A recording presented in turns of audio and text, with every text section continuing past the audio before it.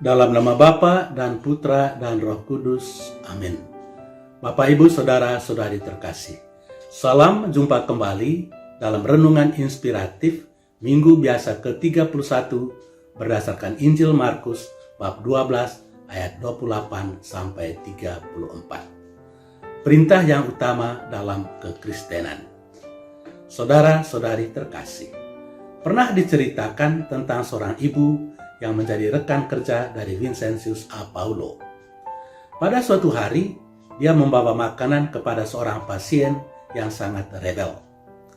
Ketika ibu itu memberikan sebutir telur kepadanya, pasien itu malah melemparkan telur itu kepadanya. Namun ibu itu tidak berputus asa.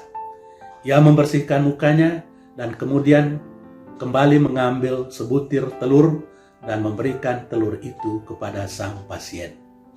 Tetapi pasien itu tetap melakukan hal yang sama. Untuk ketiga kalinya, wanita itu memberikan lagi sebutir telur kepadanya sambil berkata, "Tolong jangan lakukan hal itu. Saya mencintai engkau sebagai saudara."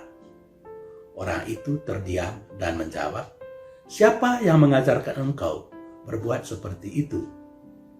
Wanita itu menunjukkan salib di lehernya dan menjelaskan, "Yesus sang guruku." Pasien yang tidak percaya kepada Tuhan itu akhirnya berkata, "Belum pernah aku mendengarkan hal itu dari siapapun." Perempuan itu menjawab, "Ya, Yesus itu mengajarkan kami untuk mencintai sesama seperti diri sendiri."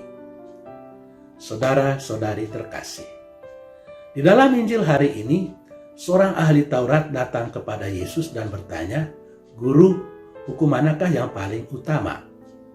Pada masa Yesus, guru-guru terkemuka bangsa Yahudi menghabiskan banyak waktu untuk mendiskusikan hukum Taurat Musa. Karena itu tidaklah mengherankan kalau di dalam masyarakat ada banyak aliran yang coba memberikan tafsiran sendiri-sendiri tentang hukum Musa itu. Seringkali di antara aliran-aliran itu terjadi diskusi yang sengit dan malah panas. Salah satu hal yang diangkat di dalam diskusi-diskusi itu adalah tentang hukum yang paling besar. Dari ke-10 perintah Allah itu, manakah hukum yang paling penting? Persoalan seperti itulah yang muncul dalam benak orang Farisi tadi ketika ia bertanya kepada Yesus tentang hukum yang paling besar.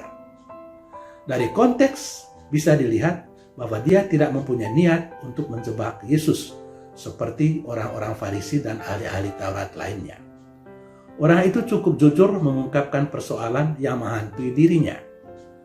Setelah Yesus melihat bahwa orang itu cukup jujur dengan pertanyaannya, maka Yesus menyampaikan jawaban yang bersifat terus terang tentang hukum yang terbesar, yakni mencintai Tuhan dan mencintai sesama.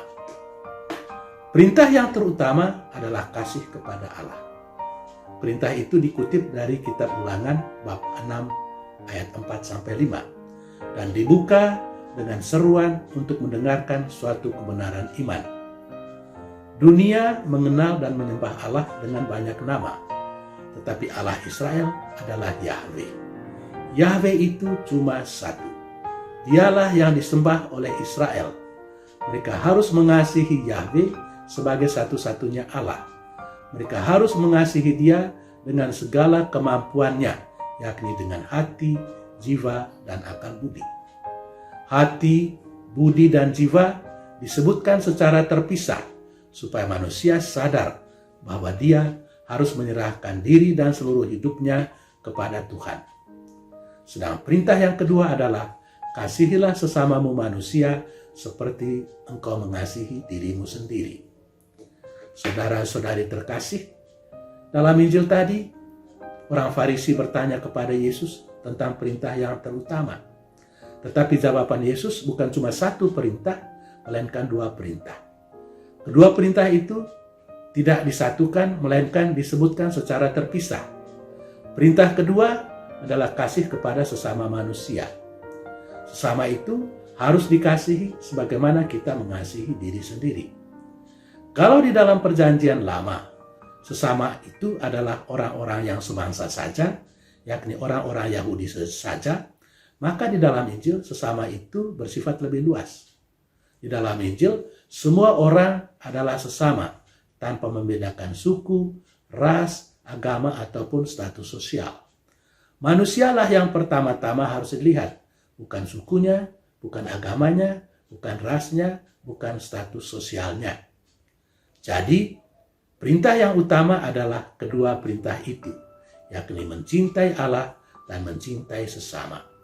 Tidak ada perintah yang lebih tinggi dari kedua perintah itu. Saudara-saudari terkasih, setelah mendengar jawaban Yesus, orang Farisi itu membenarkan Yesus dan menambahkan bahwa cinta kasih kepada Tuhan dan sesama adalah lebih utama dari korban bakaran dan korban sembelihan.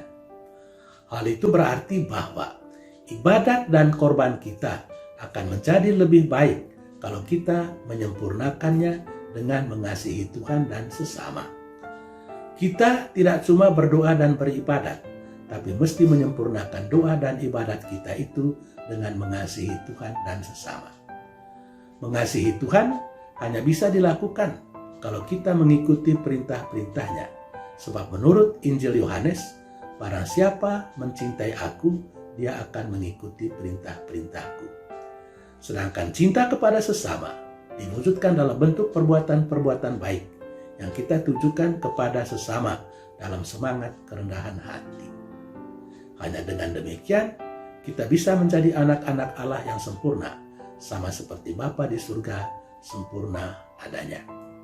Semoga hidup dan karya kita dilindungi, dibimbing, dan diberkati oleh Allah yang Maha Kuasa, Bapa dan Putra dan Roh Kudus. Amin.